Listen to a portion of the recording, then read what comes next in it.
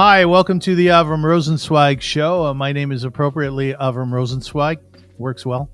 And I am very, very excited about being here today and together with some very auspicious guests and friends of mine. So the show today really is all about a philosophical understanding of certain aspects of Judaism, some of which are imposed upon us, including the question of why anti-Semitism? Why does it exist? Why does it exist the way that it does? And why does it seem to be growing all over the place despite all the work that we've done? A second question that I would really like us to address throughout this podcast is Israel is at war with Gaza. In Judaism, we look at war in a number of different ways, as a chiyuv, as an obligation, as a reshut, as a permissible thing to do. What I'd like to hear from my guest today is, what's your take on the war in Gaza? Is this indeed an obligation? Do we have to do this? Or is it one thing that's permissible? That's a good idea for Israel. Perhaps is there another way? And then finally, throughout the Torah, you will constantly find a discussion around the concept which we call pidyon shvuyim, which is redeeming prisoners. Hostages would be similar to that, to prisoners. The question that I want to address today is, once again with my guests, is how far do we have to go for that? How far do we have to go? At the top of the war, when over 200 hostages had been taken, I said in my own mind, I regret it a little bit, but I said in my own mind, I believe they're going to be dispensable. I do. Do I still believe that? Not to the same extent, but that is one thing that I would like to address today. What does Judaism say about redeeming the hostage, redeeming the prisoner? My guests today include actually a very dear friend of mine, Rabbi Daniel Korobkin. He is the Mor D'Asra, which is the senior rabbi at what we call the Bayit, Beit Avram Yosef of Toronto. He received his rabbinical ordination from Harav Yaakov Ruderman, Zacharenu Livracha of Ner Israel. He has served pulpits in San Diego, Los Angeles, and Allentown. And Rabbi Korobkin is the past president of the Rabbinical Council of America, which is the largest fraternal order of Orthodox rabbis in North America. So he's a pretty auspicious guy. Menachem Freuer, Dr. Menachem Freuer is with us today. He's an adjunct professor of Jewish studies at the University of Waterloo.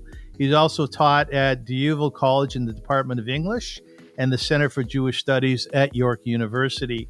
He's written numerous articles, essays, and book reviews on the figure of the Shlemiel in Jewish literature and film from the standpoint of philosophy, religion, literary theory, and cultural studies. I guess that's really finding a niche, isn't it?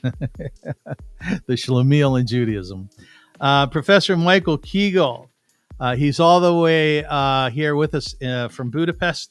He's the dean of the Ashkenazi, where he teaches Jewish philosophy as well as Jewish thought, history, and literature in the Spaklara of Jewish philosophy. For the greater part of his professional year, Professor Chiguel produced Jewish television and online videos. He has taught philosophy and Jewish studies in Canada at York University, Queen's University, and the University of Waterloo. So we have a great group of people here, and we have some tough questions, and I think they're the right ones to deal with it. So let's get going. Welcome, everybody.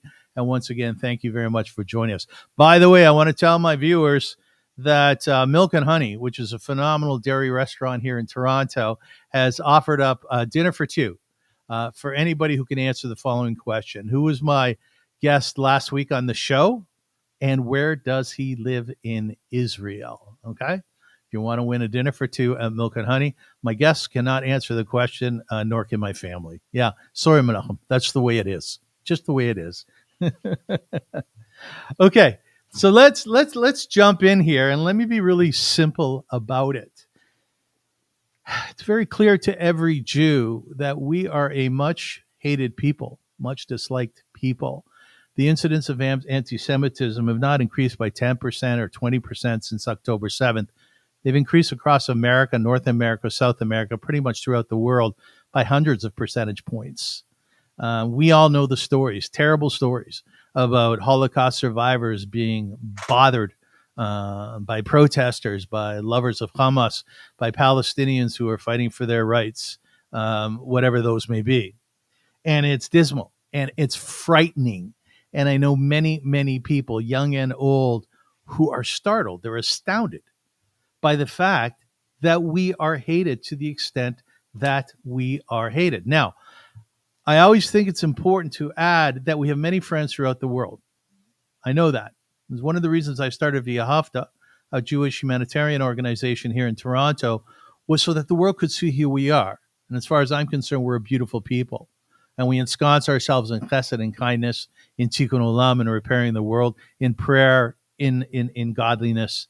But I'm wondering, I don't know if I've been successful at it. I don't know if Viafta has done a good job. I don't know if all the organizations who send Jewish kids to Poland and then to Israel to see what happened to us and ostensibly to fight anti-Semitism were successful at all. So the question that I'd like to open up with very simply is, why are we hated so much?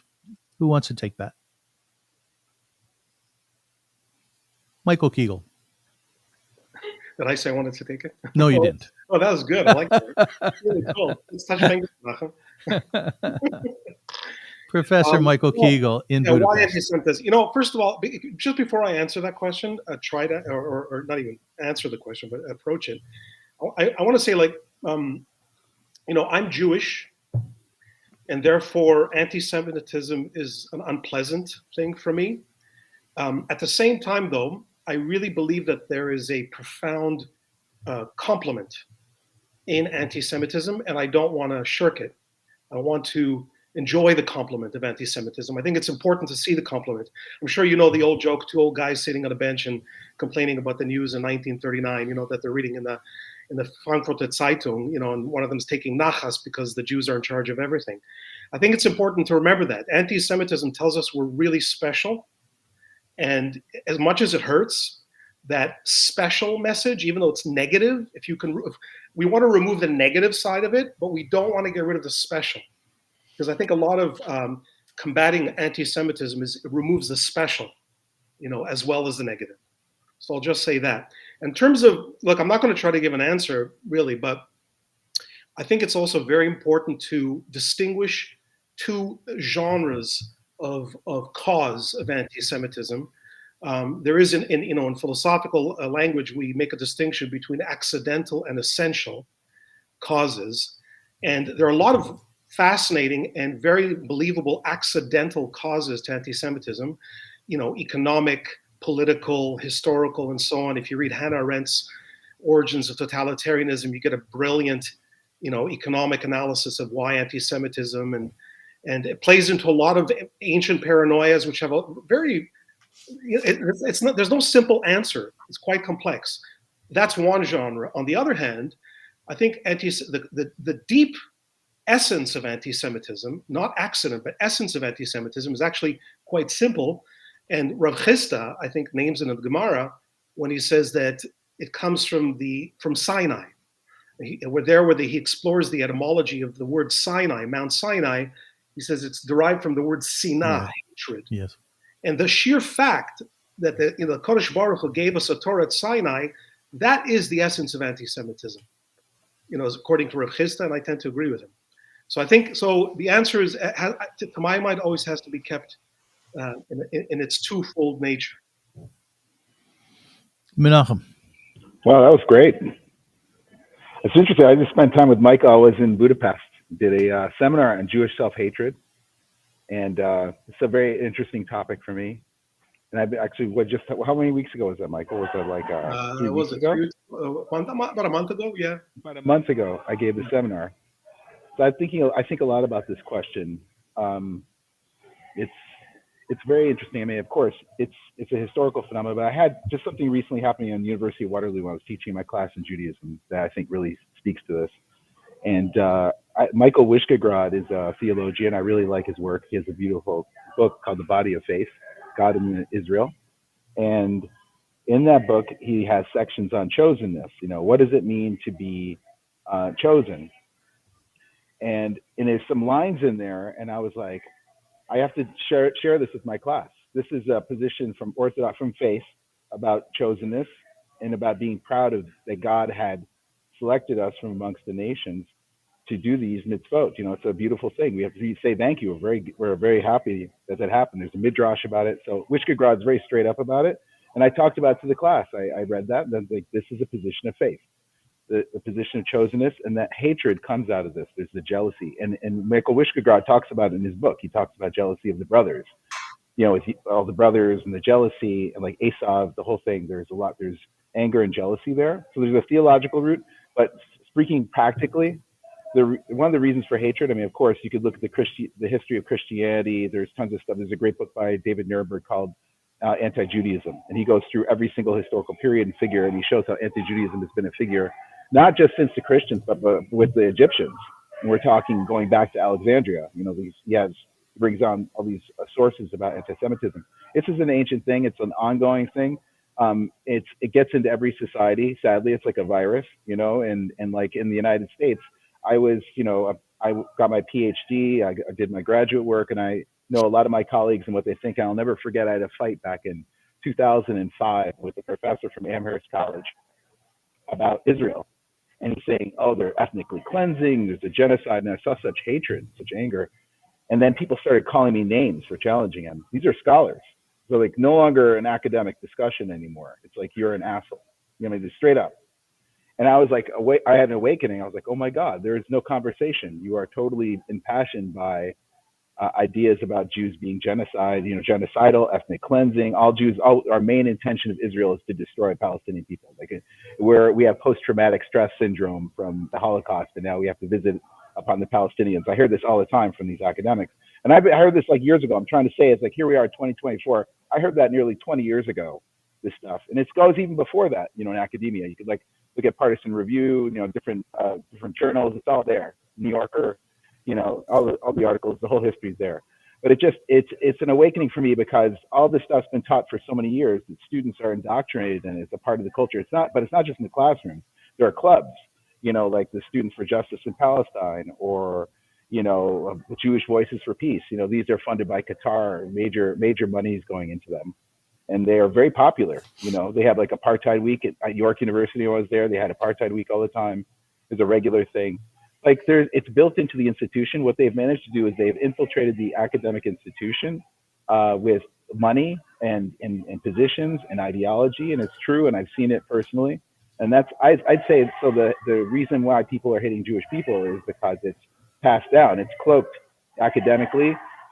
I see it. I know it's like there's like October 7th is a point of resistance for them, for a lot of people. It's not just some whack out view. Oh, this guy thinks it's resistance. No. It's a trend. There's a lot of people think this. And I was like talking recently like to Jim Diamond. I'll mention Jim. Jim, I hope forgive me for mentioning him. But we went out for coffee the other day, and this was the nature of our conversation. We're talking about what's going on here. Can it be reversed? The hatred, the Jimmy Diamond, by the way, is a professor. Yeah. My mine is a specialty. Yeah. And he is mine is a specialty, and he's the head of my department at University of Waterloo. And we went for coffee, near University of Toronto. We talked all about all this stuff, what's going on, and what we can do. And we actually are talking about a good thing, and I'll announce it here. Is we're like looking to gather professors so we could talk to CIJA about anti-Semitism. They've asked us. They asked Jim to gather professors inside the Canadian, university system, or teachers, of higher education, and we're going to go to them and give a report. And discuss what's going on and what can be done, like a task force. So we're building that right now. Rabbi, yeah. Sorry, I interrupted there. No, that's what I'm saying. That's where I'm coming from with this. For me, it's like it's not just an issue that I think about. It's a practical issue. But I have to deal with this. And I'm going to have a university lecture, University of Waterloo. I'm going to have a public lecture on anti-Semitism, Judaism, and what is Judaism and what is anti-Semitism. And I think people don't know. I mean, people in my class don't know about it. In my Judaism class. Menachem, do you ever get frightened? Do you ever get frightened when you're dealing with this stuff? What, teaching it? Yeah. Yeah, I mean, it's a thing. It's a really interesting thing. The fright is the fright of mass ignorance, mass misconception of other people when they look at you. I walk around with my kippah on campus. I teach my kippah. I'm not gonna take it off.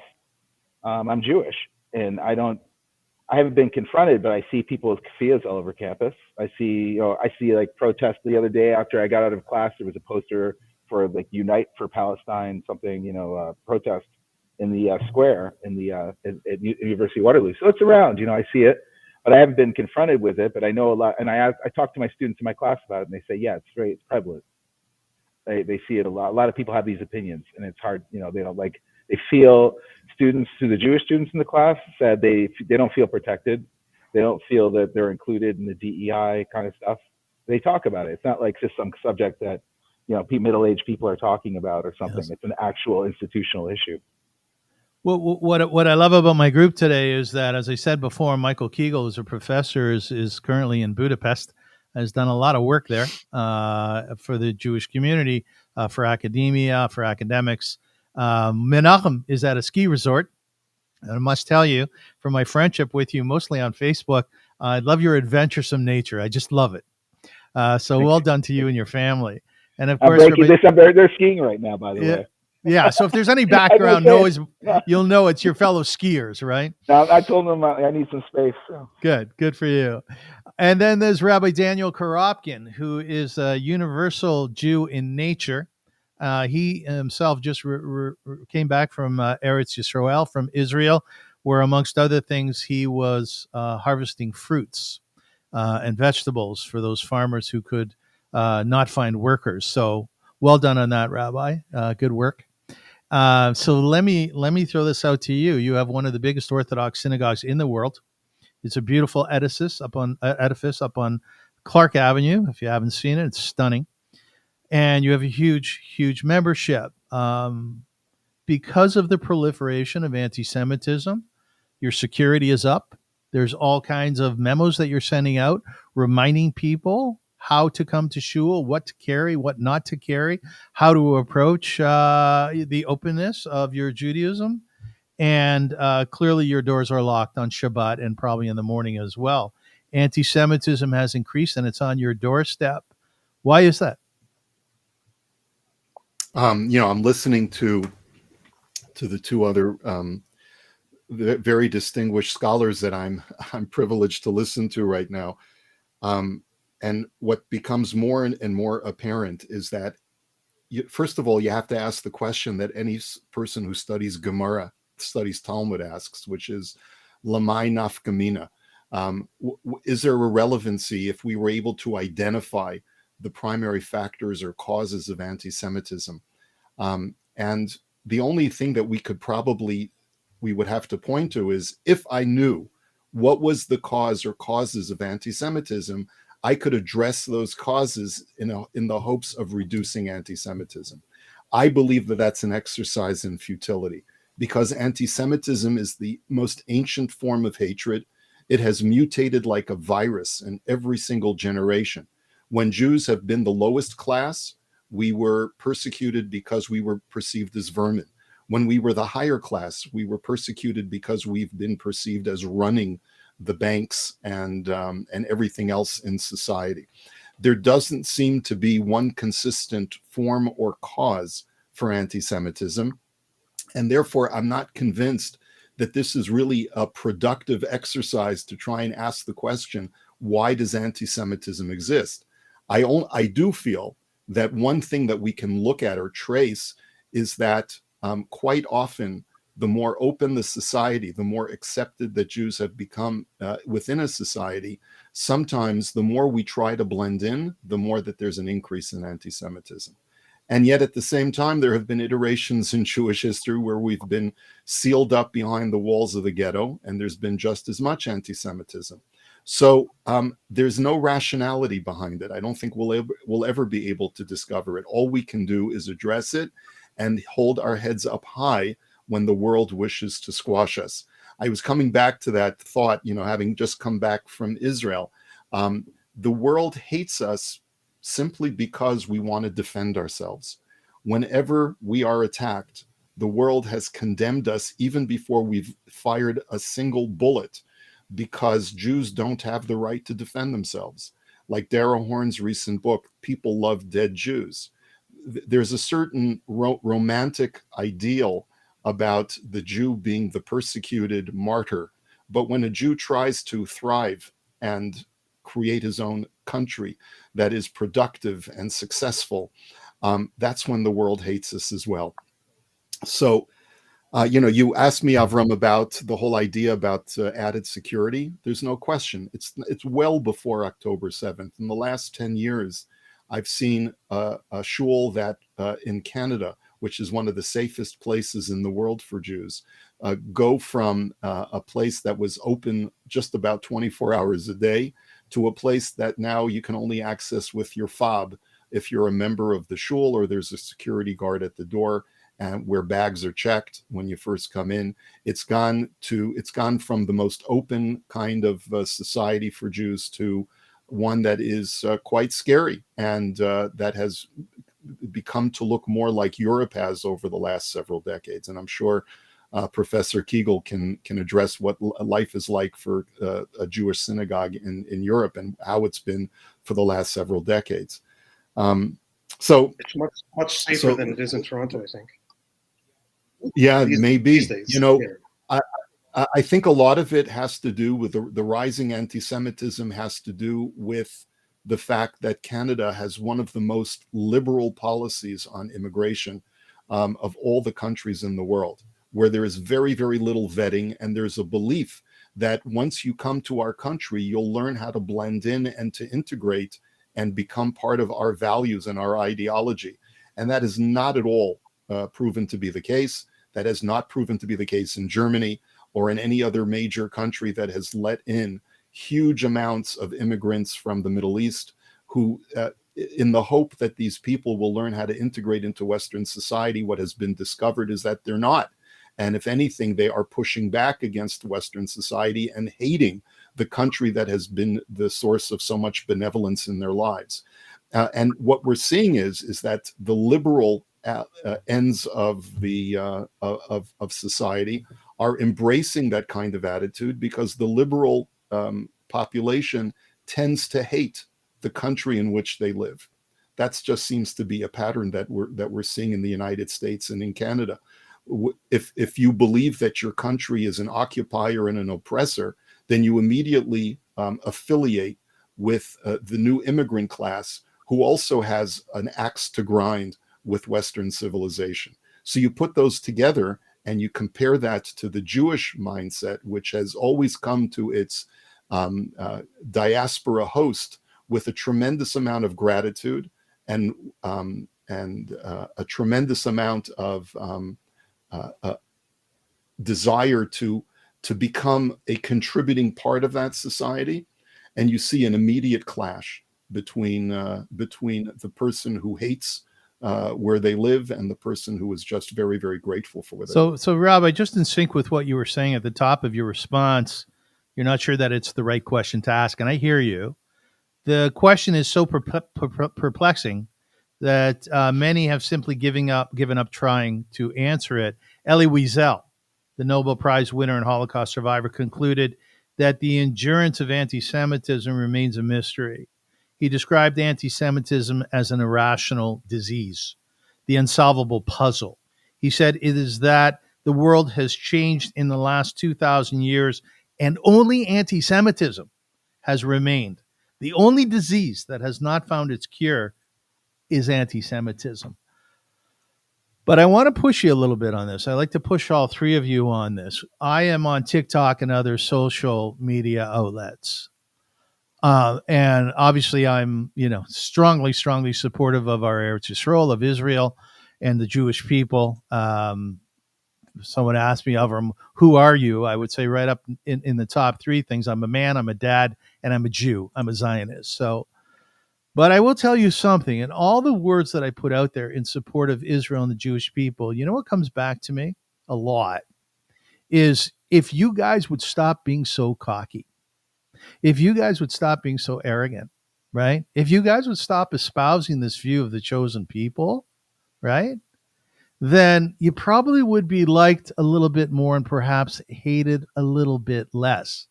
Do I want to turn us into those who are responsible for the proliferation of awful, evil anti-Semitism? No. But I do wonder, are we doing anything to add to it, Menachem?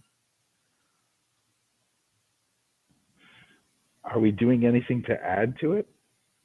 to anti-Semitism through what? I'm not sure I understand. Our character, like you'll find in the Torah very often that the reason for the destruction of the temple, as stated by Chazal, as stated by the rabbis, is sinat chinam, is hatred between ourselves. Okay, Right. do we have to look at our own character in terms of the spread of anti-Semitism? That's a great question. Actually, I addressed that myself. Hatred in a seminar. It's a question Jean-Paul Sartre, and he had a book called Anti-Semite Jew. I mean, it's actually the French name of it is the Jewish question, on the Jewish question. And so for Sartre, one of the worst problems is you have the anti-Semite, and then you have the Jew who goes against other Jews. You have like this in bad faith, who doesn't see himself as a Jew, and he sees himself as like a German or an American or a Canadian or whatever, or a part of the mob.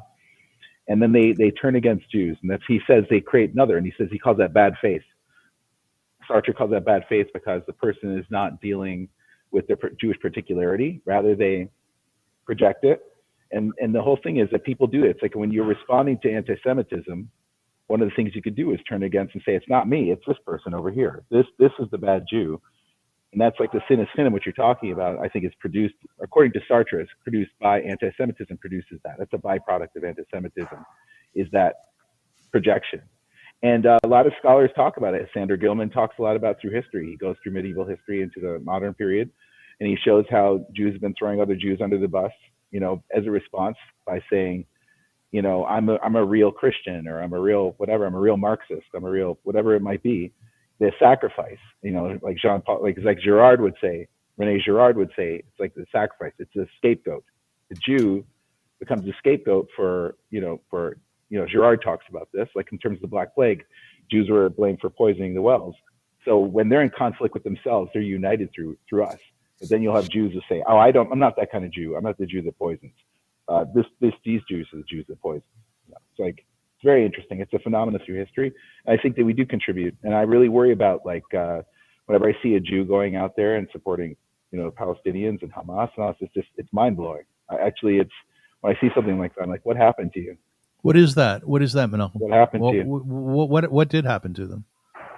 That's a really good question. The way my Uncle Zev looks at it, he says that there's something happened to them psychologically, something emotionally happened. They had some kind of really bad experience with being a Jew, with Jewishness, and like I had when I was a kid. I mean, I always talk about this. When I was a kid, I had my first experience of anti-Semitism when I was in baseball camp. I was like 10 years old in Williamsport, Pennsylvania.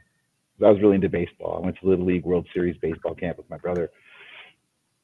And in my bunk, I had a Jewish guy and I had a Catholic guy. I had all kinds. It's an American bunk. And I had a Catholic guy next to me.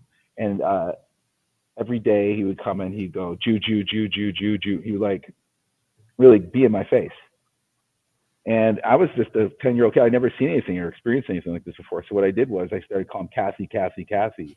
I didn't know what to say. Good response. Cassie. What was the outcome? What was the outcome? The outcome was bad. The outcome was that I took the Jewish kid in the bunk and I dragged him out of his bunk to show that that I'm with him. And I felt that pain that I felt has been every Yom Kippur, that what I did was so wrong and felt so bad and was so evil that it stays with me to this day. And I was like, I'll never do that again. I will never throw another Jew under the bus. Yes. To be seen as an equal. And I had another experience when I was in junior high, which made me change schools. I had an anti-Semitic experience with a group of my friends who I'd been hanging out with since I was in elementary school in Mayfield in the Adirondacks. I was the only Jew in my class. They were always very nice to me. Everything was nice. And one day we were on motorcycles for my bar mitzvah. I got an ATV. That's what you do in upstate New York. You can get a ATV or a pinball machine or a video game console.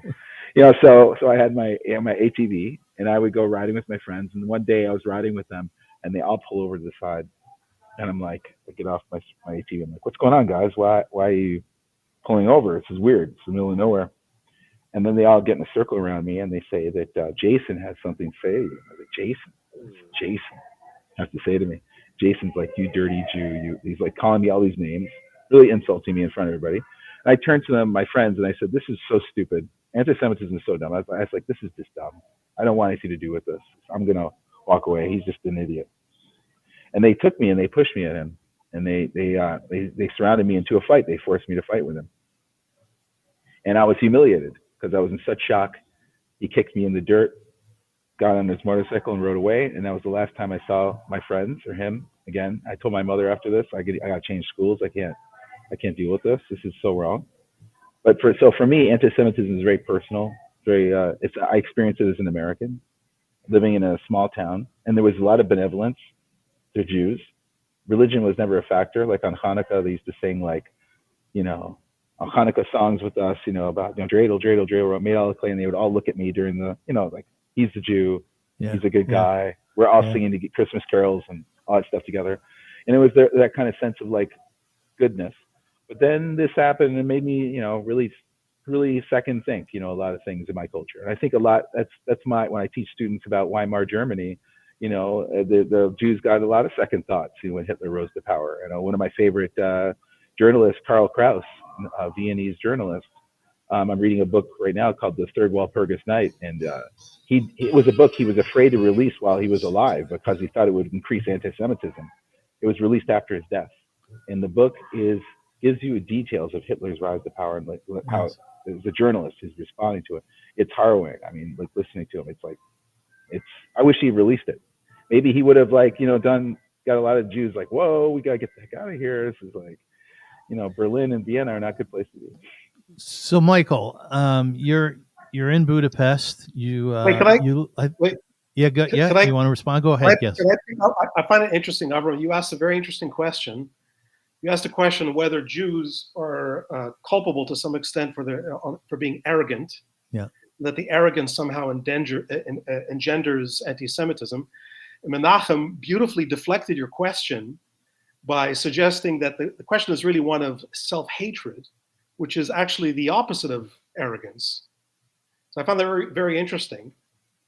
And I would say, if you don't mind, I just want to continue on this theme. I think it's really interesting because I want to endorse Menachem's point, but also to add something to it. I think Jews are like any human beings. They're often arrogant. I think human beings are arrogant. It's kind of a given.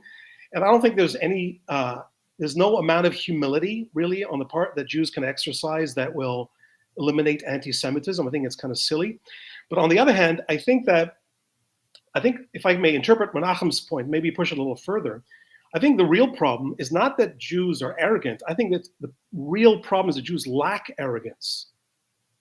If we were given the mandate for total, absolute, holy arrogance at Mount Sinai, we were told, you are a kingdom of priests and a holy nation. You and only you. That's an incredibly arrogant title to take on. And we shirk that title again and again. We cannot handle that level of arrogance. And so long as we can't handle that level of arrogance, then the nations will be upset with us because the title is there. The title is not going to go away. Anyone who's a self-respecting Christian with a little bit of literacy knows their Bible and knows that it says very clearly that we are the chosen people. We have a divinely, cosmically mandated arrogance. They know that. And the only question is whether we can live up to that arrogance. We need to come to terms with it. And we have a very hard time coming to terms with it because, of course, at the same time, we're also asked to be God-fearing and sensitive to other human beings and cosmopolitan. And after all, to be Mamleches Kohanim, to be a Kohen is not to be an arrogant person in the sense of taking advantage of other people like a bad pope. We're not supposed to arrogate power to ourselves and take advantage of others. But the station of holy, kahuna is there. And it seems to me that so long as we're not embracing it fully, then there's no possibility of anti-Semitism going away. It's impossible. Anti-Semitism, I heard there was a guy in my class yesterday, a very sweet Hungarian man who said, he quoted, I don't remember the Hungarian writer, it maybe exists in another language as well. This guy was asked, a non-Jew was asked, what is anti-Semitism? And he said, anti-Semitism is hating a Jew more than is necessary. I thought that was really, funny. What does that mean? What does that mean, Michael? What does that mean? Well, what it means is exactly what Rav Chisda says about Har Sinai. You see, Yeah. what it means is that it's necessary to hate the Jew. It's part and parcel of our culture. And here, I'm speaking of Christian culture, and we have to be careful because Islam is not the same as Christianity. I mean, the way that anti-Semitism developed in Muslim countries is not the same as it developed in Europe. And when we talk about anti-Semitism, we're really talking about European Christian anti-Semitism that has been recently appropriated for less than a century by Muslims, right? It's not the same anti-Semitism. And so this Christian, European, and therefore American anti-Semitism is predicated on a very real necessity. It's necessary to hate the Jew, but not too much. You know, if you hate the Jew too much, then you're an anti-Semite, but it's definitely necessary to hate the Jew. Necessary. Rabbi, you agree with that? Yeah. Rabbi, you agree with that? Well, I agree to the extent that Jews have always been held to a higher standard based on what Michael is suggesting, based on Sinai, based on the fact that we represent what God's standard is of humanity. So, unfortunately, the world is much more unforgiving of the Jew who shows that he is imperfect. And it's for that very reason. There is a midrash that when there was a famine in a famine in Canaan, and Yaakov sent his sons down to go get provisions, he said to them, Lama titra'u, what are you still doing here? Why are you still? But the language of the verse is Lama titra'u, why are you appearing in a certain way? And our sages tell us that even though Jacob and his family had ample provisions, it never looks good for the Jew to stand out or to be boastful or to have the appearance of having when the rest of the world doesn't have. Because of that very reason, the world is more unforgiving of the Jew, because whether it's conscious or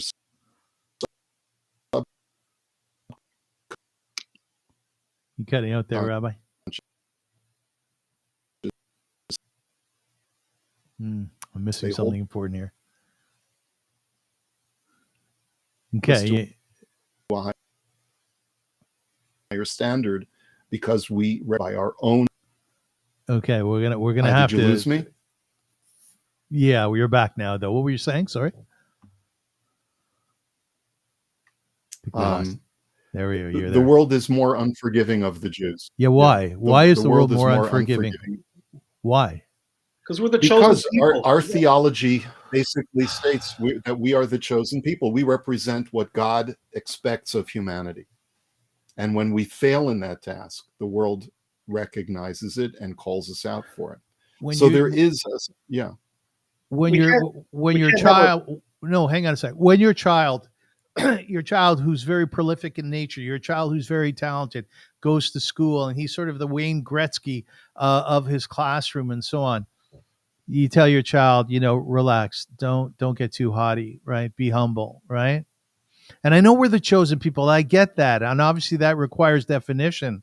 Are we humble enough? Are we humble people, Rabbi? We probably, there's always room for improvement. But I would say this, the whole premise of our conversation today, specifically because we're in the midst of war, it requires us to stay focused on where we are today as a people. I would submit to you that we are all on the battlefield right now, whether we're on the literal battlefield in Gaza or whether we're on the proverbial battlefield in the rest of the world. Focusing on our inadequate humility while you're in the midst of battle is not a very helpful exercise. Okay. So what I would advocate for is, once this war is over and either we're all back in Israel or the world has regained sanity to some degree or another, I think we can have a rational conversation of how much do we contribute to the anti-Semitism in the world. But that's not for now. Okay, point well taken. So let's move on to the next question. We are right now smack in the middle of the war with Hamas. One could argue with the Palestinian people, with many Arab countries. We have enough enemies to go around. There's an argument within Judaism about what a war is. Is it a milchemet reshut? Is it one which is permissible to do, to undertake? Is it one which is a chiyuv, which is an obligation? And it's a very compelling conversation, and I think it's happening in certain corners of the world. Some people feel very strongly that there's no question in the Jewish mind that we need to do this. We have to eradicate evil because evil's trying to eradicate us. Other people feel differently, that it's not proportionate in nature, that we need to tone it down, that perhaps the reshut that we're looking at is a little bit too much. Menachem, how are we as Jews, as Eretz Yisrael, as the IDF, supposed to be responding to the evil perpetrated on October 7th by Hamas terrorists? Well, I'm not a military strategist. My father was a operations research guy for Lockheed Martin, and I was always very interested in war strategy. I grew up with those types of thoughts. My dad was Clausewitz and all that stuff. But this is a just war. I think, as they say, there's a whole discussion in philosophy about what's a just war, what justifies war. This is certainly it. This has been for a long time. Jewish people, the state is defending the Jewish people. That is what they have to do. They're obligated to do. And they have to go in there and they have to eliminate the threat of Hamas. Hamas is the threat of death, existential death to the Jewish people. And you have to eliminate that. That's what a state's supposed to do. A state is supposed to take care of these evil actors that threaten the existence of your people. And a state that does not do that is not a just state. That is a rogue state. It's not doing its job. It's like out of control, and something has to be done about it. Right now, there's a lot of trust in the IDF. The IDF is, it's really interesting. The International Crime Court, all this stuff is happening right now. It's like mind blowing. You feel like you're in a movie because this has never happened before. It's all happening, and you're like, okay, if they say it's genocide, what does that mean? And I remember I made a mistake when I first saw the footage, and I told my wife, and she starts crying. And I was like, oh, I made a wrong interpretation. I'm sorry. I'd like go back on it because initially, that was my first thought about this. But it's like something, it's like Durban, Zionism is racism, all these types of things that internationally are declared. What I love about the Jewish people, I love about Israel, is that they don't stop. They don't care. And now the world is getting experience of that with this globalizing the Intifada. Now it's like, okay, I get it. We have to do this. I'm not going to cave into these people. I mean, this is ridiculous. These people are ridiculous. They're uninformed and they're crazy. And they have whatever pressure they put on me, we have to keep on fighting. This makes the Jew strong. It makes us hard. This is war, and it's important to be, I love the Shlomiel character. He's a very humble character. He's not a warrior. He's the opposite of a warrior. Like if you look at the Yiddish classic, Benjamin III, The Travels and Adventures of Benjamin III by Mendel Mocher Sforim, the main characters, there's two of them. It's a comedy duo. It's like, the Odd Couple, these two guys. They think that they're going to leave the shtetl and they have all these adventures. They have these fantasies. It's like a Don Quixote, Jewish Don Quixote. They have all these fantasies about what the world is really like out there from books that they read.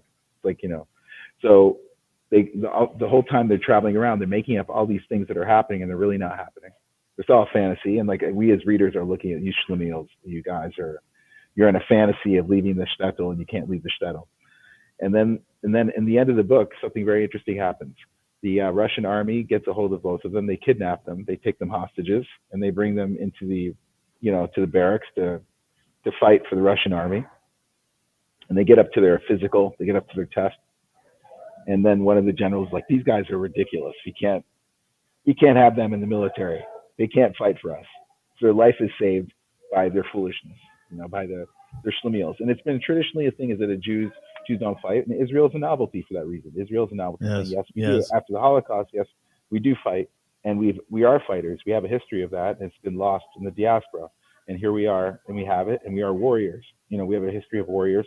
And I know some biblical criticism people. I'm teaching, a class in Judaism, University of Waterloo. They'll say, oh, well, this whole thing, how do you understand, Judaism and the warrior aspect of it? Like Daniel Boyarin in Berkeley, the professor Daniel Boyarin has a book called Unheroic Conduct. And his whole thing is like, no, a Jew is an appeaser. That's what Jews do. And he cites rabbis in the Talmud. It's like, no, you're not looking at a whole part of the Jewish tradition. You're like, basically, you have your interpretation is very narrow, and all you're doing is signifying an ideology, which is like, all over academia. But that's why I think it's a just war, and these guys are schmucks. They're putzes.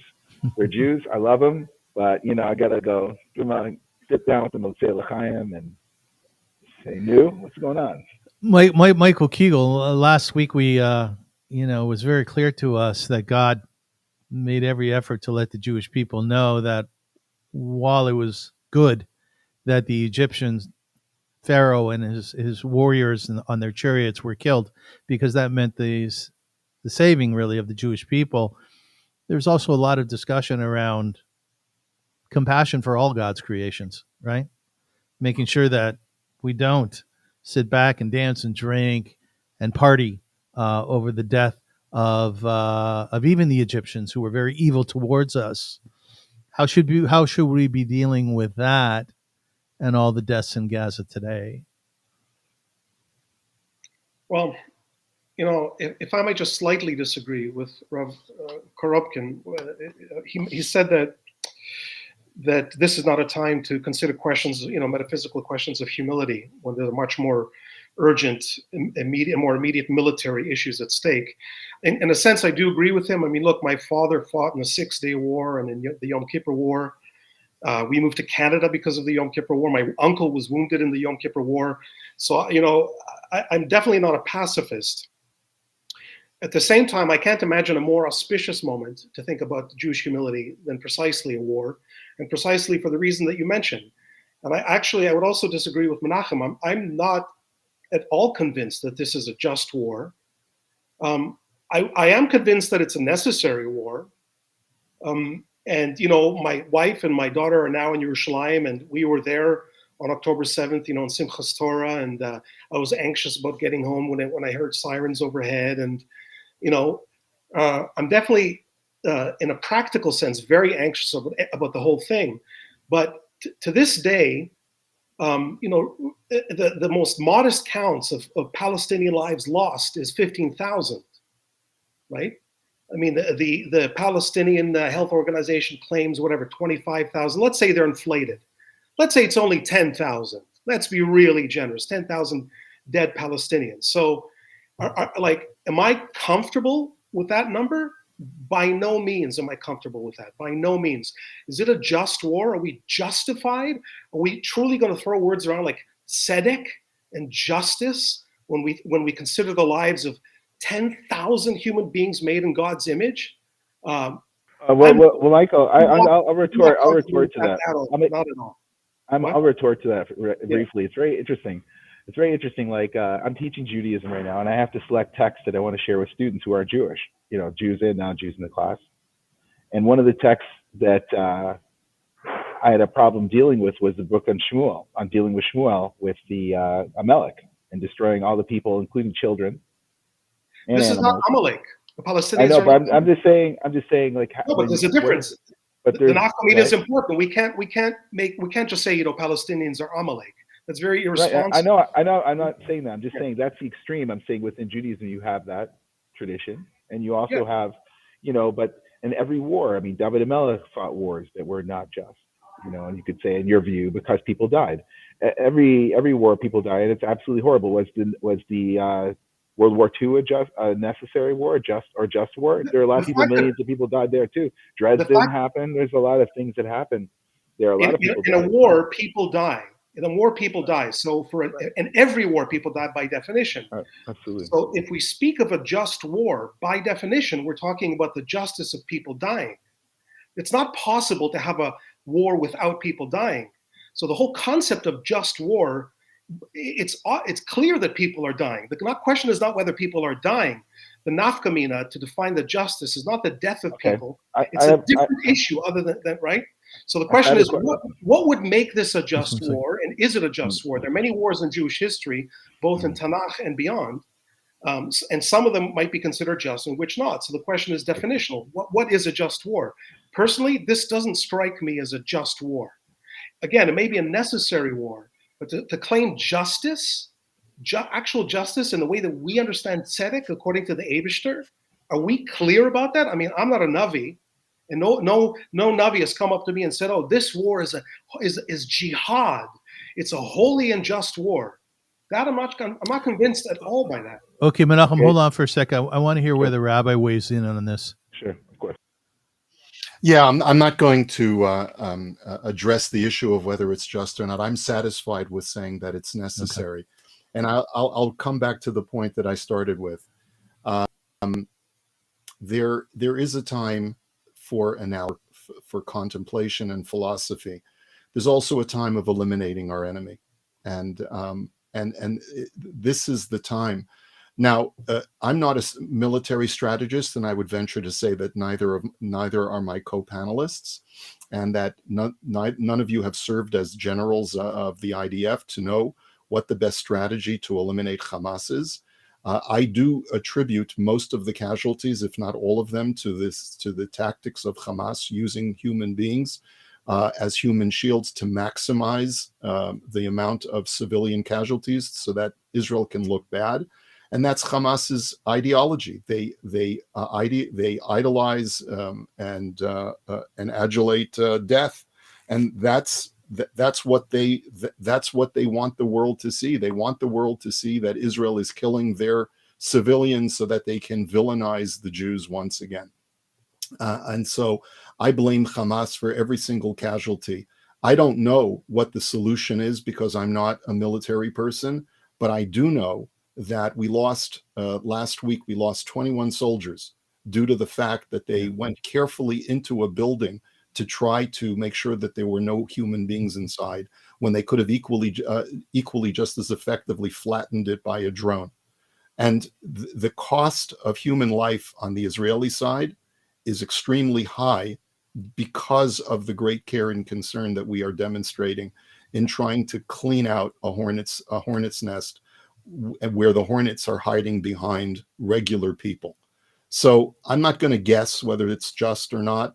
I will submit that it is necessary, and I'm also not going to second guess whether the casualties are too high or not. I don't think that I'm in the position, nor are either of my panelists in the position to make a surmisal of that. Rabbi, I want to segue. I in no way did what I say. In no way did I mean for it to be a military opinion. It has nothing whatsoever to do with the strategic question. I'm just talking about the loss of human life, which is a deeply moral question. And I think war is a good time to ask moral questions. Obviously, it's a good time to fight too, but to suggest that war is not a time for moral questions, I don't know. I thought Jews are supposed to have moral questions all the time. I mean, the Torah doesn't say, you know what, this is what we do in peacetime. And in wartime, whatever the hell it takes, just kill them. We have a lot of halachas about war. We have a lot of ways of being responsible about tough and, nashim, and about the way we take a shovel to war. We have a lot of things that we have to do in war. And why shouldn't now be a time to raise these questions? Why? Right, and that's precisely the point I'm raising. I think you need to leave that up to the rabbis that are part of Tzahal. I think you need to leave that up to the military strategists who have been taught the ethics of war. For you and I to sit, whether it's in Budapest or Toronto or wherever we are, and to start to pontificate as to whether there's too many casualties or whether we're fighting a moral or just war, I think is inappropriate. I don't think it's not our role to do that. And if you want to ask a question and say, is it? So then don't make assumptions about what the Israeli army is or is not doing. I'm hearing from multiple sources, having just been in Israel, that Israel is fighting as moral as it possibly can in a horrible situation where Hamas is trying to maximize civilian casualties. So what if that's precisely injustice? In other words, what if a just war would be to go in there and to just nuke them? I'm not. It's not about. Yeah, I don't want to. To be honest with you guys, honestly, I want to have this discussion. Like, what is the telos for justice in Judaism? What makes a just war? I mean, honestly, I'm more interested in asking that. Me too. Question. I'm very. I don't really want to have. I don't have answers. I'm just like giving you a basic answer, like philosophy 101 on a just war for a necessary, and according to English tradition, Anglo tradition. But I'm very interested in like what Judaism has to say, and then what would be the telos? What would be the end to justify the means? What would be the end to justify what makes something a just war? I'd like to know that. I mean, would it be like taking over all Israel? Like what? What does it mean? Well, Eliminating all obstacles? Like what does that mean? Well, Menachem, what do you think? I mean, isn't the very question of the validity of the state of Israel, isn't that in question? I'm not talking about the minuscule questions of what makes a just war. And, oh, well, there's 1,000 casualties. Oh, that's not just. But if you kept it down to 950, that would be fine. I'm not talking about those details. Obviously, those are important halachic questions. But there's the overarching question, which ties into anti-Semitism and the confidence of the Jewish people. Are we confident? Like when we go to war, we should be incredibly confident that it's okay to kill people. Not about numbers. It's not a number. One person. I'm gonna go deeper philosophically there. Okay. What does it mean to be confident of something philosophically? So listen. So let me give you a scenario. You're walking. You have to, when you have a good war, right? A good Jewish war. You have to be able to go into a place and say, I don't know, kill I don't know, a child, right? Because he's blocking because a Hamasnik is putting him in front of him, and a bunch of other people, and you have to feel confident. You have to feel confident down to your core that the HaKadosh Baruch Hu created the universe allows you to kill that child, and without being racked with bad conscience for the rest of your life. Obviously, you're not going to be totally happy about it, but on some level, you have to feel that this war, it's okay to do this. And clearly, Tzahal today doesn't feel it's okay. The world opinion is bearing down on it, and we feel like no. We have to fight a war by the rules of the United Nations and America and so on. Maybe we have to be a lot more vicious than we are. But where does the justice happen? Does the justice happen with, like the rabbi is saying, with the rabbis of the Sahal? Do they make these decisions about just wars? Well, look, isn't justice? I mean, I'm not talking about specific halachic questions. I'm talking about the sense of justice. Don't we, as the Jewish people, don't we have to feel confident about our rights to the land of Israel and this right extending, to the right to kill human beings? Or are we criminals just by owning the land? I mean, why not live in New York and Toronto or Budapest, which is a good place to live where we don't have to kill anyone? So you're saying confidence is the confidence in an idea. So what would that idea be? Whenever you're in a fight, whether it's a fist fight, all I want to say is whenever you're in a fight. I'm sorry. No. Sorry. I was just going to say that I think that that's a legitimate question to ask if you're being transported back to 1947 or 48. I don't think that that's a legitimate question to ask in 2024. We've already established that we have borders and we have our own country. Every country, not just Israel, has a right to defend its borders and defend its citizenry. When we are attacked, we have a right to fight back and to kill as many people as necessary to secure our borders. Those are the rules of war. Well, and so I think that what you're underscoring is that we as the Jewish people have the biggest conscience of every other nation. We are the ones that want to make sure that the International Court of Justice is going to approve of what we're doing. No other country is bending over so backwards in order to make sure that the world approves of us. And if the world doesn't approve of us, we become anxious. I think that in itself is part of the problem of the Jewish psyche. I totally agree with the last point, but I find it a little bit in tension with the earlier point you made, which is that we are abiding by international standards of war, and we have just as much a right to exist as any people. That's a very nice argument for any people. If we're any people, and we just like the Hutus and the Tutsis and the Irish and the Italians, we all have a right to our to defend our lives. That's fine, but we know. The world is telling us that when it comes to Israel and the Jewish ownership of Israel, there's much, much more at stake than that. And for us to simply rely on the United Nations, rules of what it means to have a nation and what it means to be able to kill people for the sake of having a nation, everyone knows that that's a bluff. We're being unclear. We're giving a double message.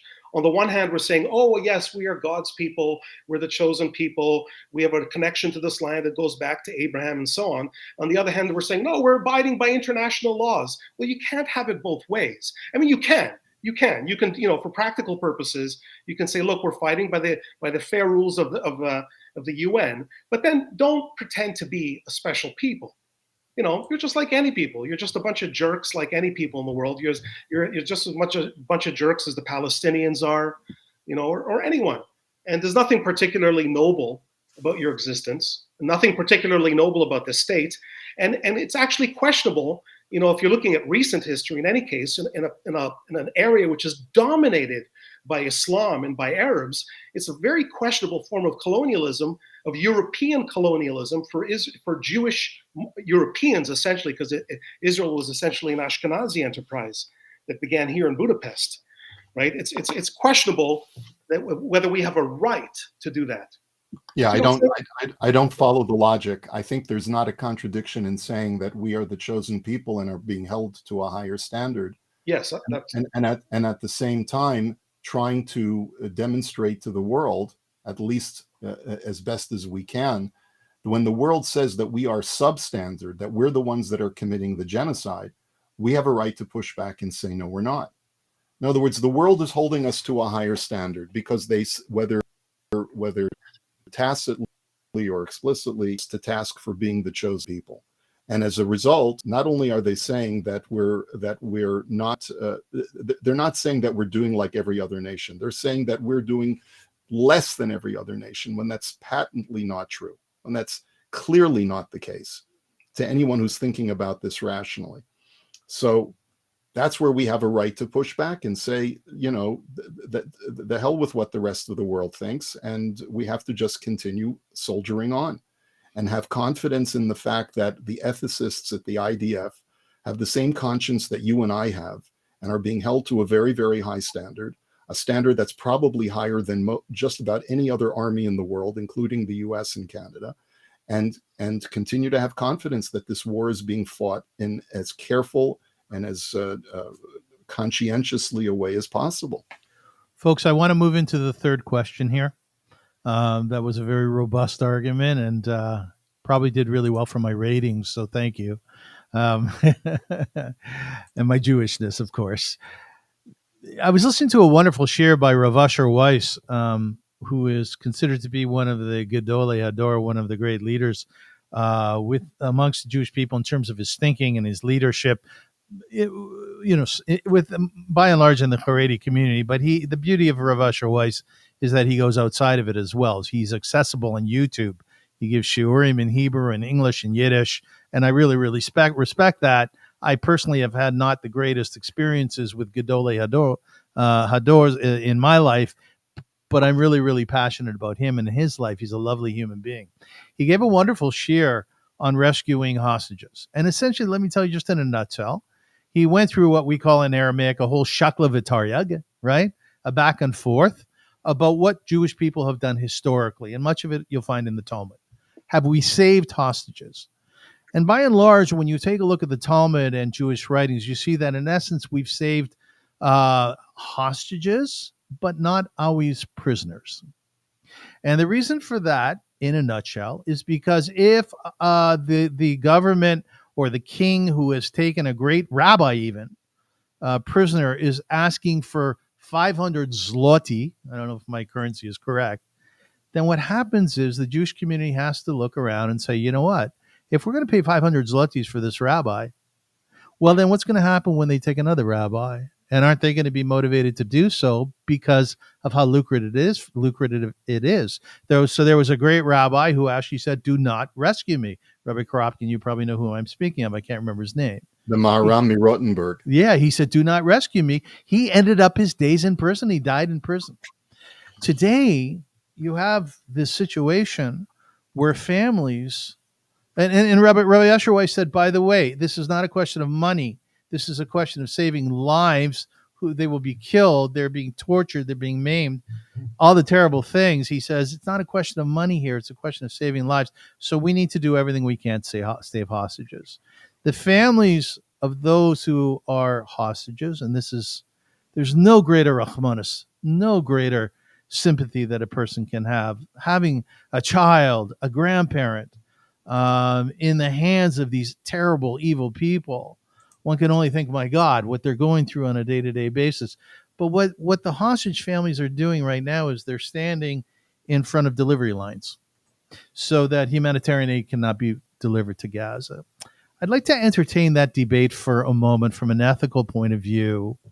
Is, of course, I understand why the families are doing this. If I were a family member, I might just as well be doing this as well. What should we be doing in order to rescue the hostages, sometimes in peril of the war itself? How far should we be going? Menachem, let's start with you. Well, that's an incredible question. My God, I don't know how I'd answer. I mean, I understand the grievances of the hostages, the parents of the hostages. I mean, it's incredible, and they want to get more. It's an interesting thing, socially symbolically, what's going on right now is because you have like a conflict between the world wanting humanitarian aid going into Gazans, which is of course very important, and then you have their demand to be recognized for the fact that there are hostages in there. There's like a media, socially symbolic media controversy going on right now, and it's fascinating. It brings up a lot of moral and ethical questions. And I think one of the first thoughts that came to my mind when I saw that is I don't think that the recognition of the hostages is it hasn't beaten out what's going on with Gaza. I think in terms of social media, I go on social media all the time. I'm combing the feeds all the time on X. On Instagram, I'm always, I post stuff on Facebook about stuff that I see that I think is very relevant. I write about it, and I see a lot of flow going in that direction. And I can understand why there might be a socially symbolic grievance based on the recognition that's being given in the world right now. I think there's a deficit of a recognition of grievances of the hostages. And and I hate to do this. I had a professor when I was in graduate school. He called this, if you want to talk about this, called comparative suffering. Who's suffering more, this group or that group. And he said he didn't like it when it was done with, he was gay, and he didn't like it when it was done with gays, this comparative suffering of gays and other people. But I think, over here, I do think it is relevant because the world's interest, I think it's an important thing that the hostages are saying, that the parents of the hostages are saying about their children. I think there is a lack of recognition. There needs to be more. And there's a media fight. I see it every day. I see people go on social media, influencers every single day, like Rosenberg and that one guy, like Michael Rosenberg, or he's on Daily, that one guy who's he writes for Sacha Baron Cohen from England. I'm forgetting the guy's name. He's a screenwriter. And he's constantly out there. They're usually together, those two. Every single day they're pounding Barry Weiss. Every day they have to say the hostages count. The hostages matter. The hostages matter. Think about what's going on over there. Because they know that this is what they're up against in the social media world. Michael Chiguel.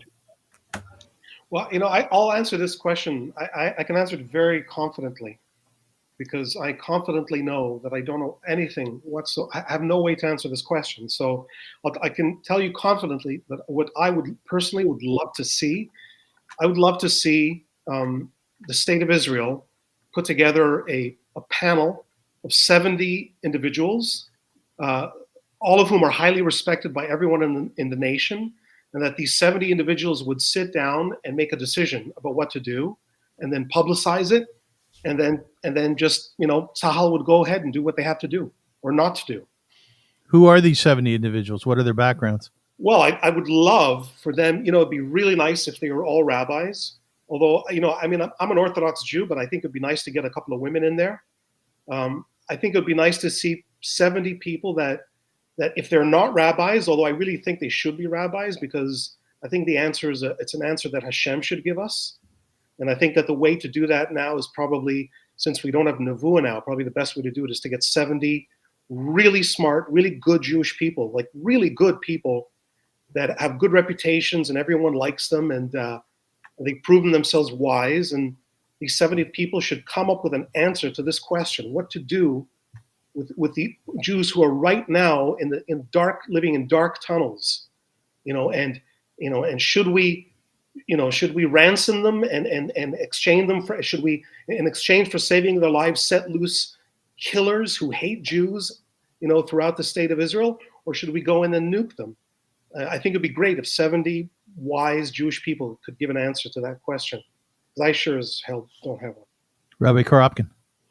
There's been a tremendous amount of literature that's come out in the last 30, 40 years about the ethics of pidyon shvuyim, of ransoming hostages, especially during wartime. Peacetime and wartime are two separate issues in and of themselves, because during peacetime, if let's say there's a soldier or someone who's a captive and there's a ceasefire, there's more of a rationale to extend oneself even further in order to ransom the hostage back. During a time of war, you also have to worry about the morale of the army. You have to worry about long-term ramifications.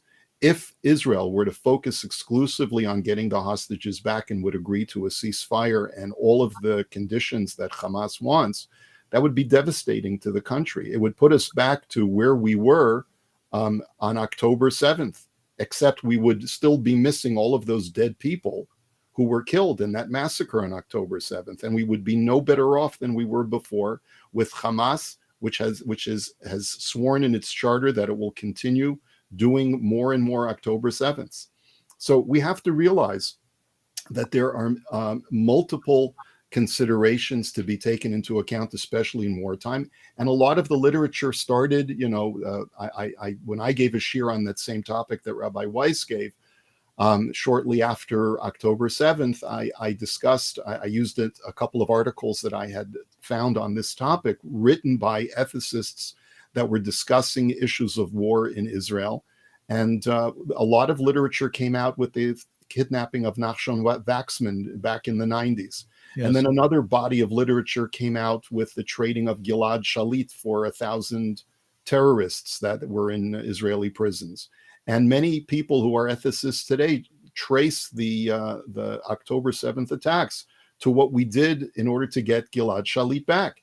As moral as we think that was, but at the end of the day, several years later, look at the tragedy that culminated in. So again, I'm very much of the opinion, like Michael had pointed out, we know what we don't know. And we also know that it's very, very complex. It's very complicated. So to give sort of these kinds of flip answers as far as what Israel should or should not do is, again, I don't feel that any of us are really in the position other than to sit and watch with concern. We all very much care. I mean, I've been to Israel twice since October 7th. The first time when I went in November, there was a war room in Tel Aviv where the families of the hostages were located, and we met with various families of the hostages. This past trip, we took our group to Hostage Square in Tel Aviv, where there are multiple displays where volunteers are there to make sure that the world does not forget the hostages. I think the role that we have to play right now is not to weigh in as far as what we feel the government and the military should and should not be doing to get the hostages back, but rather to make sure that the world does not forget that there are over 135 hostages still in captivity, and that we have to make sure that the world stays focused on that, so that the world doesn't point fingers at Israel once again and say that we're being disproportionate and that we're being overly cruel. We have to remember, give us our hostages back. We can't talk about anything, about any kind of ceasefire, until these hostages are returned. That should be the primary focus. So I have one question for each one of you as we wrap up, different questions. Rabbi, I do want to say, and I think it's appropriate to say, because we have to be makir tov, we have to be appreciative of our leadership, always, especially leadership who is courageous and brave. And I've said this in an interview. We've had a couple of interviews, you and I together. I'm so happy that the Jewish world has you in the position that you're in, because you're the Orthodox rabbi, who goes and meets with imams. You're the Orthodox rabbi that will go to a program at a conservative or reform temple or synagogue. And while some people might say, well, big deal, that's trite, it's not trite. It's important. And I say kol hakavod to you. And I think it's well worth mentioning, because you're brave, you're a courageous leader, and I think that so many things that you have done have furthered the cause of the Jewish people in Canada, in Toronto for sure, and I would argue throughout the world, especially in your leadership as the president of the Rabbinical Council of America. My question to you very succinctly is, are we going to be okay?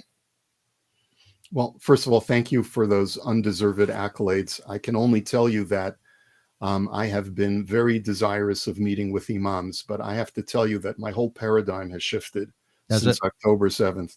The people who I thought were my friends and the people who I reached out to in the Muslim community, all I've gotten back are crickets. And it's been extremely heartbreaking personally, because I thought that I had created relationships that were meaningful and substantive, and that this October 7th has proven that to be not the case. And that anti-Semitism is alive and well, even among the people that we break bread with, and that we hug and say loving words to. So are we going to be okay? Let me direct you to a great song. There's a group called Five for Fighting. Have you heard of that group? No. Menachem, you should know that group. It's Menachem, you should for sure know it, Mo. Yeah. And the name of the song is called Okay. And the refrain of the song is, "We are not okay." Now, you might think that this is a song about Israel, but it's not. It's a song about Western civilization. We are not okay when the world has lost its moral compass.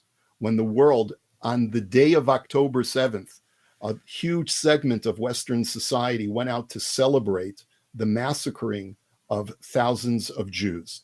This is long before Israel retaliated. This was just a rejoicing over the killing of Jews. We are not okay. Are we going to be okay? As a rabbi, my job is to boost the morale of my congregation. As a rabbi, my job is to not be a fearmonger and not to cause people to cower in fear.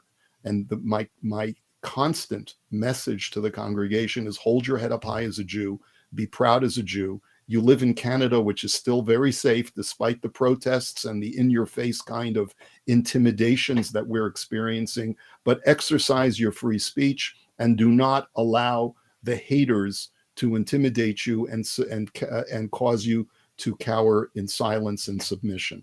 That's the message that we have to continue giving. I also very much believe that the safest and best place for a Jew to live today is in Eretz Yisrael. Mm-hmm. And I have been giving that as my regular mantra.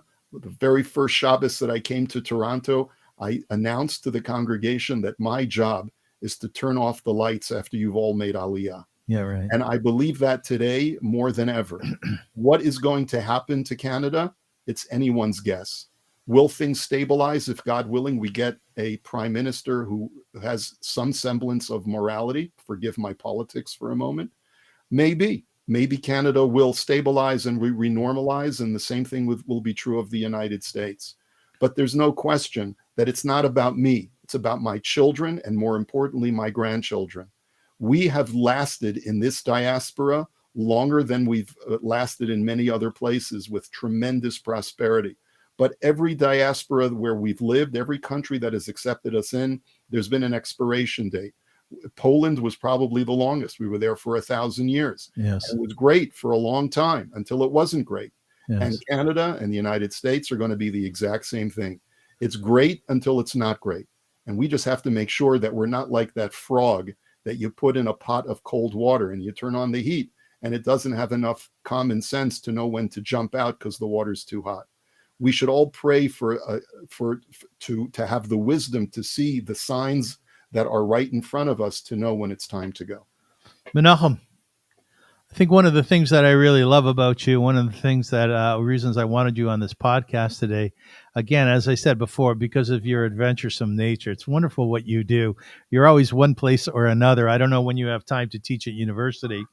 You embrace your family, and there's constantly pictures of you and your boys.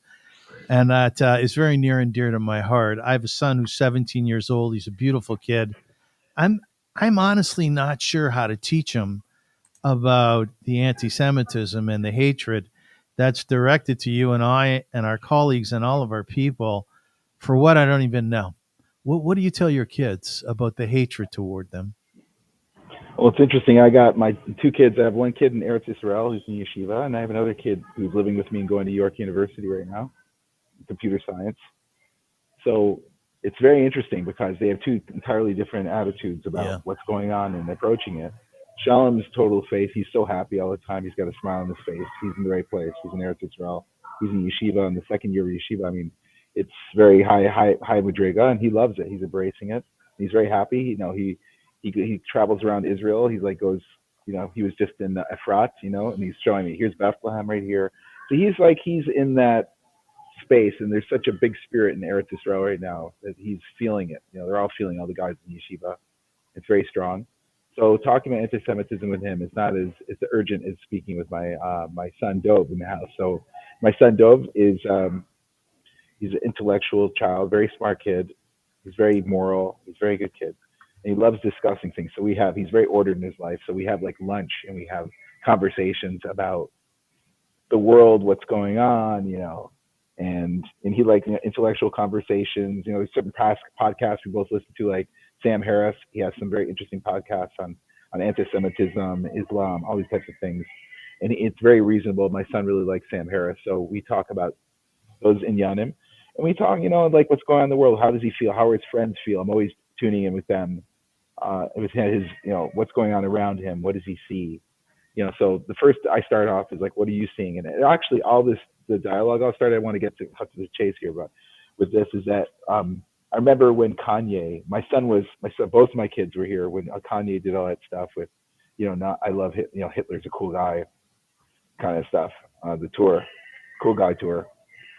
I remember my kids coming back and my friends telling me, and both my children about Kanye. It's it really woke up my son to Jewishness.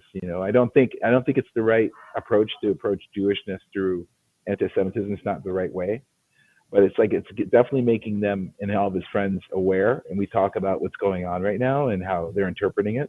But I think there's an awareness of Jewishness, and I think that could be a good thing, even though it's a bad thing. The good thing can come out of this because now all of his friends realize that they're the odd ones out in society today. There's the majority, what's going on around them, and they're all feeling this, and they're all thinking more about what it means to be Jewish publicly, or just as a Jew. And I think that's a good starting point. Sartre has Judaism wrong, but he's right. It's a good starting point for discussions about Jewishness. Is something happens, there's a famous scene.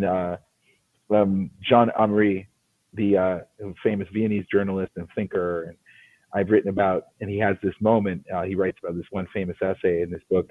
Was it Against the Limits? I think, isn't that right? It was Against something Limits. I'm forgetting the Beyond the Limits, something like that. I think that's the name of it. The book, the collection, and he talks about this one moment which changed his life. And that moment was when he opened the paper up and he saw that the Nuremberg laws had been passed. And he realized at that moment that he is a dead man walking, and I am a Jew. And he had a big awakening he said, all my life I was a secular Jew. All my life we had a Christmas tree and everything. We had, I didn't know anything about Jews or Jewishness. We never talked about it. And now all of a sudden I realize now I'm a dead man because I'm a Jew. So now I have to think about this. And he dedicates his, that wonderful book about, understanding Jew. He's a follower of Sartre. And out of that, he starts thinking more about what it means to Jew. And he ultimately becomes a Zionist at the end of his life, and that's, and that's coming from a Marxist perspective too. That's the kind of guy he is. So it's an interesting phenomenology, Marxism, Sartre, and all this. It's for me, I'm very influential, very articulate, very straight about what it means. I think a lot of secular Jews are now thinking about Jewishness, but we have to come to understand, so how do you go from understanding anti-Semitism that way to understand what it means to be a Jew? I mean, these are big questions. I don't have any answers.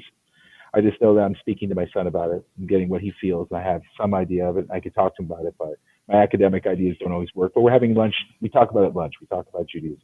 Have a good egg salad sandwich.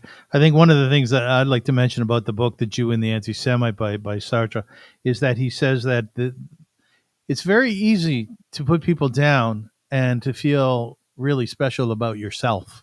And he argued, I think, that bourgeoisie France did that to the Jew. Push them down, make them into vermin, as the rabbi, I believe that's a word he used before. And if he's vermin, well, then I must be very special. That's an interesting point of view about anti-Semitism. Michael Chiguel, I've always been fascinated by the direction that you've taken in life. It's you remember the movie The Brother-in-Laws, where he goes, "Run, serpentine, serpentine, serpentine." Remember that? And I've kind of found that I believe you started in Toronto. Are you a Toronto born? I'm a Sabra. Were you born in Israel? Yeah, I was born in Beersheba. And as I mentioned, I left when as a boy after the Yom Kippur Yes, you mentioned that. Yes, but you came to Toronto. You did a lot of video work, a lot of work on TV with the Hecht's family. Rabbi Hecht, he should rest in peace. His daughter Dodi Lee, she should be well, and the other kids. And then you ended up back in Israel, and eventually you're now in Budapest, right? Well, I'm in both. I'm mostly in Israel, but I fly into Budapest once a month. So right now, I'm going back on Thursday. Do you feel, to use a word I think that is in sync with your way of life, your Chabad, do you feel like a shaliach? Do you feel like a representative of the Jewish people in Vienna? When you walk along the street, are you cognizant of you, the Jew? Always. But I don't think. I mean, I'm a card-carrying Chabad shaliach, but first of all, my definition of Chabad shaliach is very broad. So I think a lot of people are Chabad shluchim who wouldn't even call themselves that. For example, my dear friend Menachem Freuer. And I think if you're not a Chabad shaliach, you're a shaliach of the Eibishter anyway. So what does it really matter? I mean, you don't have to be a shaliach of the Rebbe. You know, be a shaliach of Rav Soloveitchik. If you be a shaliach of any great Rav, it doesn't have to be a Jew. Is a shaliach, of course. At the beginning of this discussion, I quoted the book of Exodus, which says that we are Mamlechet Kohanim. We are Kohanim. That is our office. So by definition, we Jews are shluchim, and you have no choice but to be a shaliach. You're a shaliach. I mean, look at you, man. Look, you're such a shaliach. Look at you. I mean, you could be out there doing all kinds of crazy, rebellious things. I know you. I've known you for a while, and I know you have all kinds of really interesting problems with Yiddishkeit, which are well warranted, I would say. And you could be like a bat out of hell with Judaism. And here you are, putting on a Jewish talk show, inviting rabbis and Jewish professors, and right? Aren't you a shaliach? You're like a total embodiment of a shaliach. Yeah, I wish being a shaliach would pay more. Right? Right? Yeah. But I thank you for that. I thank you for your kind words. I want to wrap things up. Does anybody want to throw out a thought or idea before we wrap things up? Any thoughts? I think we're all. Yes, I have one thought. Thank you. You're welcome. We all Thank agree you, that we all agree that we're fans of Avrum, and that's why we're on your show. Very today. nice. Thank you. Absolutely. By the way, that's why I set up this show. It's the accolades. But I want to include by saying, clearly, Am Yisrael Chai. Oseh Shalom b'Romav Hu Yaseh Shalom Aleinu v'Al Kol Yisrael v'Miromein. I had Hillel Holkin on the show last week. I just gave away the answer for the milk and honey giveaway, and he told me, he says, I have problems with the Jewish people, but he says I would never ever choose anything else, ever. And when you read his books, be it Letters to My Zionist Friend or his most recent book, Essays of a Complicated Jew, you see within him the amazing dimensions that exist within the Jewish people. We complain, midlonanim, weren't there enough graves in Egypt? Yeah, couldn't you have left us there?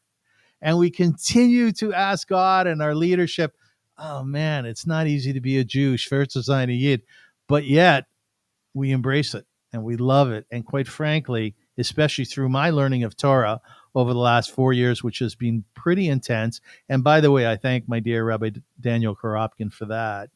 I am just prouder and prouder to be a Jew. So with all these questions, with all this wonderment, with all these challenges, thank God that we're Jews. Thank God we're Jews. Amen. It's a beautiful people to be. So I want to thank you guys very much for being with me. God bless you. Avram, can I also just say one last thing? Yeah, go ahead. And that is that I enjoy as much being together with these distinguished panelists, especially when we don't agree on everything. So do I. And the fact of the matter is that the Jewish people are experiencing unprecedented unity after a time when we were very, very separated from each other. And I am in love with my fellow Jew more Right. than ever. And I think I Right. speak for everyone that's on this call. The same is true. And I just pray that we maintain that brotherly love until the end of time. And let's I not let agree. anything ever separate us again. I agree with you, Rabbi Daniel. And I'll tell you something. Years ago, I watched Madonna in an interview, and she, whichever way you cut it, she's pretty progressive, or was progressive in what she did. She was huge, and she was creative, and she was different. And she said, "I don't understand why people criticize me all the time. Why they don't want to emulate my progressiveness, my growth, my passion for what I do." And I've often sort of taken that, and I've wondered that about the non-Jewish world.